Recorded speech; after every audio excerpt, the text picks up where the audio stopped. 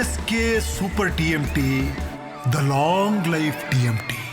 ಮನೆಯಲ್ಲಿದ್ದಂತಹ cylinder blast ಆದ ಪರಿಣಾಮ ಭಾರಿ ಅನಾಹುತವೊಂದು ತಪ್ಪಿದೆ ಅಂತಲೇ ಹೇಳಬಹುದು. ಕಾರಣ ಆ ಸಂದರ್ಭದಲ್ಲಿ ಮನೆಯವರು ಯಾರೂ ಇರಲಿಲ್ಲ.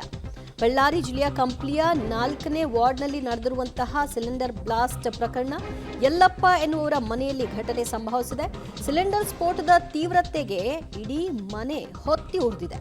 ಬೆಂಕಿಯ ಕೆನ್ನಾಲಿಗೆಗೆ ಸಿಕ್ಕ ವಸ್ತುಗಳೆಲ್ಲವೂ ಕೂಡ ಸುಟ್ಟು ಕರಕಲಾಗಿದ್ದು, ಸಿಲಿಂಡರ್ ಬ್ಲಾಸ್ಟ್ ವೇಳೆ ಮನೆಯಲ್ಲಿ ಯಾರೂ ಇರಲಿಲ್ಲ ಅನ್ನೋದು ಸದ್ಯ ನೆಮ್ಮದಿಯ ನಿಟ್ಟುಸಿರು ಬಿಡುವಂತಹ ವಿಚಾರ. ಮನೆಯಲ್ಲಿ ಯಾರೂ ಇಲ್ಲದಿದ್ದರಿಂದಾಗಿ ಪ್ರಾಣಹಾನಿಗಳಾಗಿಲ್ಲ.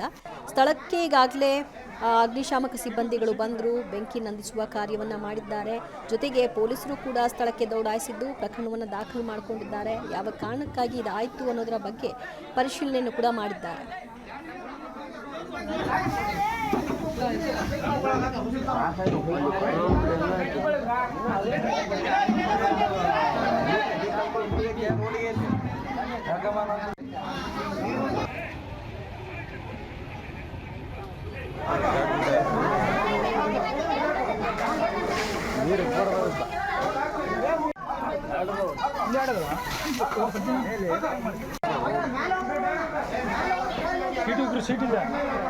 ಅಲ್ಲೆಲ್ಲ ವೈರಲ್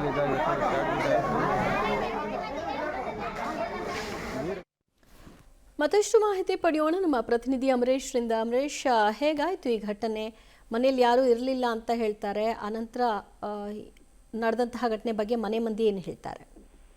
ದಿವ್ಯಜ್ಯೋತಿ, ಮನೆಯಲ್ಲಿರ್ತಕ್ಕಂಥ ಸಿಲಿಂಡರ್ ಸೋರಿಕೆಯಿಂದಾಗಿ ಒಂದು ಅವಘಡ ಸಂಭವಿಸಿರುವಂತದ್ದು. ಅದೃಷ್ಟವಶಾತ್ ಮನೆಯ ಒಳಗಡೆ, ಅಂದ್ರೆ ಯಾವಾಗ ಸಿಲಿಂಡರ್ ಸೋರಿಕೆ ಆಗಿತ್ತು, ಸಿಲಿಂಡರ್ ಬ್ಲಾಸ್ಟ್ ಆಯ್ತು, ಆ ಸಂದರ್ಭದಲ್ಲಿ ಮನೆಯ ಒಳಗಡೆ ಯಾರು ಇಲ್ಲದೆ ಇರೋದ್ರಿಂದಾಗಿ ಅದೃಷ್ಟವಶಾತ್ ಬಹುದೊಡ್ಡ ಅನಾಹುತ ತಪ್ಪಿದಂತಾಗಿದೆ. ಮತ್ತೊಂದು ಕಡೆಗೆ ಯಾವುದೇ ಜೀವಹಾನಿ ಕೂಡ ಸಂಭವಿಸಿಲ್ಲ. ಬಳ್ಳಾರಿ ಜಿಲ್ಲೆಯ ಕಂಪ್ಲಿ ಪಟ್ಟಣದ 4ನೇ ವಾರ್ಡ್ ನಲ್ಲಿ ಈ ಒಂದು ಘಟನೆ ಸಂಭವಿಸಿರುವಂತದ್ದು. ಅಂದ್ರೆ ಯಲ್ಲಪ್ಪ ಅನ್ನುವಂತವರ ಮನೆಗೆ ಯಲ್ಲಪ್ಪ ಅನ್ನುವಂತವ್ರ ಮನೆಯಲ್ಲಿ ಒಂದು ಅವಘಡ ಸಂಭವಿಸಿದೆ. ಸದ್ಯ ಆ ಬೆಂಕಿಯ ಕೆನ್ನಾಲಿಗೆ ಸಿಕ್ಕು ಮನೆಯಲ್ಲಿದ್ದಂತ ವಸ್ತುಗಳೆಲ್ಲವೂ ಕೂಡ ಕರಕಲಾಗಿರುವಂತದ್ದು. ಮಾಹಿತಿ ತಿಳಿದ ಕೂಡಲೇ ಅಗ್ನಿಶಾಮಕ ದಳದ ಸಿಬ್ಬಂದಿಗಳು ಸ್ಥಳಕ್ಕೆ ಆಗಮಿಸಿ ಬೆಂಕಿಯನ್ನು ಕೂಡ ನಂದಿಸುವಲ್ಲಿ ಯಶಸ್ವಿಯಾಗಿದ್ದಾರೆ. ಆದ್ರೆ ಆ ಒಂದು ಸಮಾಧಾನದ ವಿಷಯ ಏನಂದ್ರೆ, ಮನೆಯಲ್ಲಿ ಯಾರು ಇಲ್ಲದೆ ಇರೋದ್ರಿಂದಾಗಿ, ಅಂದ್ರೆ ಆ ಒಂದು ಸಂದರ್ಭದಲ್ಲಿ ಮನೆಯ ಹೊರಗಡೆ ಬಂದಿದ್ರಿಂದ ಅವಘಡ ತಪ್ಪಿದೆ. ಅಂದ್ರೆ ಯಾವುದೇ ಜೀವಹಾನಿ ಆಗಿಲ್ಲ. ಸದ್ಯ ಕಂಪ್ಲಿ ಪೊಲೀಸ್ ಠಾಣೆಯಲ್ಲಿ ಪ್ರಕರಣ ಕೂಡ ದಾಖಲಾಗಿದೆ.